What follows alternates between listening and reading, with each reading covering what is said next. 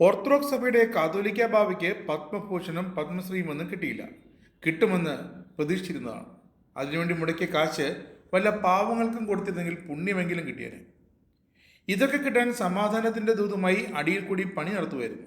സോപ്പുകുട്ടനാണ് അതിന്റെ കഥയും തിരക്കഥയും നിർമ്മിച്ചത്. അതിനാണ് BJP നേതാക്കളെ സഭയുടെ പരിപാടിയിൽ പങ്കെടുപ്പിച്ചതും നിശാപ്പാട്ടി നടക്കിയതും ഊട്ടി ഉറക്കിയതും. സോപ്പുകുട്ടന് കൂട്ടായി ആമയും കരടിയും പള്ളി വിഴുങ്ങി റീഷും തലങ്ങും വിലങ്ങും നിറഞ്ഞാടി.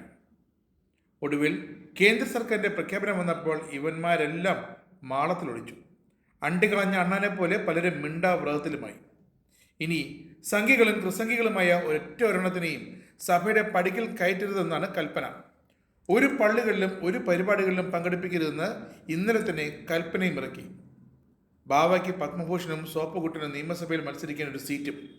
അതിനാണ് തിരുവനന്തപുരത്ത് ലക്ഷങ്ങൾ പൊടിപിടിച്ച് 5 സ്റ്റാർ ഹോട്ടലിൽ നിശാപാർട്ടിയും തീറ്റ മത്സരവും നടത്തിയത്.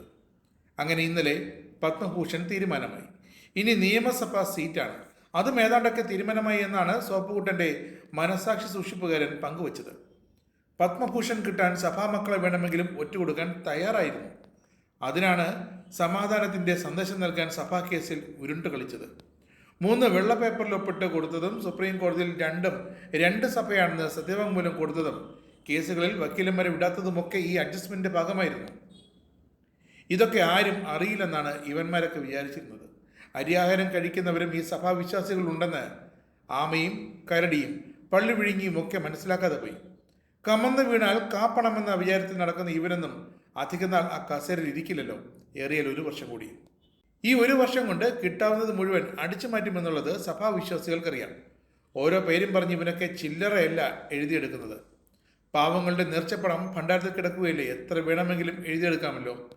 ഇവന്മാരുടെ കള്ളക്കളിക്ക് കൂട്ടുനിൽക്കാത്തത് കൊണ്ടാണ് ഒരു പാവം അക്കൗണ്ടന്റിനെ പുറത്താക്കിയത്. ആമയുടെ കള്ളക്കളി കണ്ടുപിടിച്ചതാണ് ആ പാവത്തിന്റെ പണി പോകാൻ കാരണം. ഇവന്മാർ ചില്ലറയല്ല അടിച്ചു മാറ്റുന്നത്. ആ കഥകളൊക്കെ പുറകാലെ വെളിപ്പെടുത്താം.